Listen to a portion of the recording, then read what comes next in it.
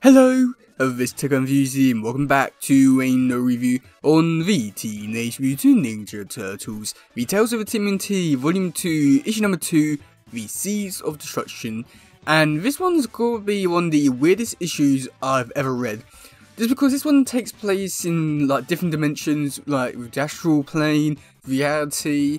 I mean, also not to mention there's some stuff with the actual trivia itself for this issue which is really interesting on whether or not this issue is actually canon to the Mirage universe, or it's connected to the 2003 show, or if it's just something completely different. And this is going to be one of the weirdest issues I've ever read, and I just don't know where to really begin with this one, because like it takes place in different times as well. So yeah, where do I begin with this one? Oh boy. Okay, so with this one, we do first start off with this like magical creature thing. He's come to Earth and he wants to basically challenge Master Splinter to a battle in the astral plane. And Master Splinter gets aware of this, and the being starts attacking him in the Turtles' lair. And that's when Master Splinter tells the Turtles basically, oh yeah, you can have the day off and all that. And so he like basically goes off and discovers about this like magical being, and then he goes into the astral plane, and then starts to fight him. And it gets really weird really fast. Just because in this fight scene we do get to see them going across different like places, and just due to the fact that this whole issue is in black and white, which is like really disappointing, because I do feel as though that a lot of this artwork would be a lot better and a lot more like really amazing, really great, and a lot more detail was shown here if it was colour, but unfortunately it's not. And unfortunately this doesn't really help with the locations, just because I mean, I don't know how to really explain it, but like with all the backgrounds just being plain white and all that, it does make it really hard to tell if it's like a different location or something like that, and it's just so weird. But then somehow we go to this place where there's like lots of sunflowers, I think, and again it's so strange because with the like astral protection on Master Splinter being in this ball, it all goes up to like a sunflower, and then something happens, I'm not too sure what it is, and it just goes through, goes past like loads of sunflowers, and I'm not too sure what on earth is happening, but something there is happening, and then the magical being just grabs Master Splinter. And then this is where things also gets a little bit crazy, and a little bit like, okay, is this really Turtles? Just because we do get to see Master Splinter takes on like loads of different forms. We do get to see him that goes into like so many different rats, which I thought was pretty interesting. And this, like, I want to say, like, reminds me a lot of, like, Rat King and stuff like that. And then we do get to see him turn into the rain, which, yeah. And then we get to see him turn into, like, the Master Splinter form, but with wings, and then starts to fight the being. And then the being is, like, confused just because he knows how to fight with the, like, Foot Clan style. And again, it gets a little bit more weird just because everything that's happened in the Mirage universe continuity and stuff like that. Because Master Splinter's like, oh yeah, basically, I stopped being evil, I turned away from that like road, and I become good and all that. Considering that most of the stuff that happened in the Mirage stuff, in terms of the actual story stuff, was because of Master Splinter and his vengeance with Shredder. So I find that to be really weird. And then after Master Splinter's defeated this magical being, we do get to see these three people. They come into the scene, and Master Splinter doesn't see them, and I'm not too sure who they are, and I've got a feeling we might find out soon, but I'm not too sure. And they take his soul, I think? I'm not too sure. I got really confused at this point. I don't know who they are, so yeah. And then after that, we do get to see Master Splinter. He wakes up for his meditation, and tells the Turtles, oh yeah, I want to have some tea, just no seeds. And that pretty much wraps all of it up. Now, I do think that overall this story is weird. I don't know what to really say with this one. It's just like really all over the place, and just with the like whole artwork with being in black and white, it really doesn't help things either. Just because you're trying to make out where things are and stuff like that, and you can't really tell, so it's really weird.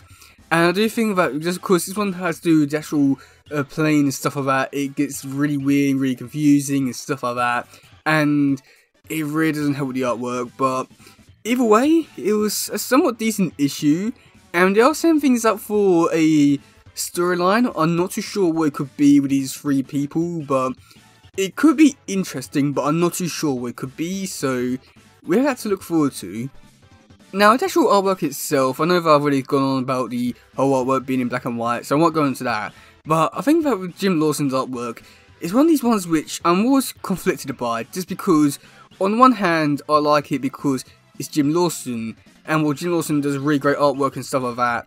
And I think that this also, like this issue and also his artwork as well, it's really hard to really enjoy. And with his artwork, I'd say that it's a little bit hard for me to really enjoy with some of his, I want to say, like, I don't know how to really describe it, but like, just because of how his art style is in like a very blocky kind of way, it feels really weird with some of the like poses that he chose with his art style. But I think that like, I don't know what to really say, just because I like him because he's Jim Lawson, but at the same time, the artwork I don't think is really like as good as like some other artists around this sort of time and even now. So yeah.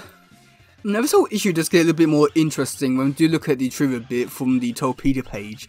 Now one bit says that basically this whole issue was more or less adapted into the 2003 show. I will think that this whole issue was adapted into the Bad Day episode, but I'm not entirely too sure, just because there's not really too much that, like, I don't know, I don't think it's like too much in there that's like really similar to that episode, but I think this is more the whole fact that, you know, the whole story taking place in like the astral plane, they find a bad guy and stuff like that. But other than that, I don't think it's really that similar to that episode, but yeah, alright.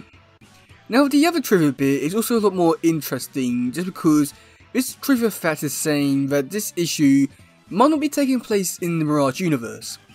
And the reason for that is just because of some timeline stuff, saying that basically this issue could take place before issue number 9, or maybe it could take place in like some other universe or something like that. And the main reason for it was just because of the fact that Splinter is using the astral projection. However, in this issue, let's say basically he wasn't able to use that astral projection beforehand, so I'm really confused by that, so who knows. But at the same time, we do have Steve Murphy, who was another person on the TMNT comic books. He's come in saying basically this could take place between Volume 2 and Volume 4, which, yeah, that sort of does make sense. But like we already said, that the issue number 9, that does show Splinter using the astral projection, so that's a little bit weird there. And also not to mention with the sewer layer around this sort of time between like Volume 2 and 4, the like sewer layer was different compared to the one that was shown in this issue. And people say that maybe this could be like a or showing that this could be in the 2003 universe, which no, I mean the layers look completely different. So I have not got a clue what is going on with this this issue. I mean, I just don't know what's going on with this issue. I can understand them making a few mistakes, but at the same time, with this, I mean, I don't know where to even begin with the mistakes that they made in this issue. It seems like so big and just so baffling that like they don't even know like when this issue is taking place, just because of how conflicting some stuff is. I mean, maybe issue number 9 for the Mirage stuff isn't actually canon, so who knows? But yeah, putting all that stuff aside, I do think that this issue was not great. I mean, I think there was definitely a lot of areas where they could have improved upon, especially with the timeline stuff and the colours, but other than that, I mean, I wanted to give it like a really positive review, but it's making it so hard with everything that's going on with in this issue, and oh boy. Yeah, let me know in the comment section below what you think about this issue. Do you like it? Do you not? Do you understand this stuff with the timeline stuff? Oh god, but yeah. That's game up today, guys. If it doesn't, please share, like, subscribe, and all stuff. Goodbye, yo, bye.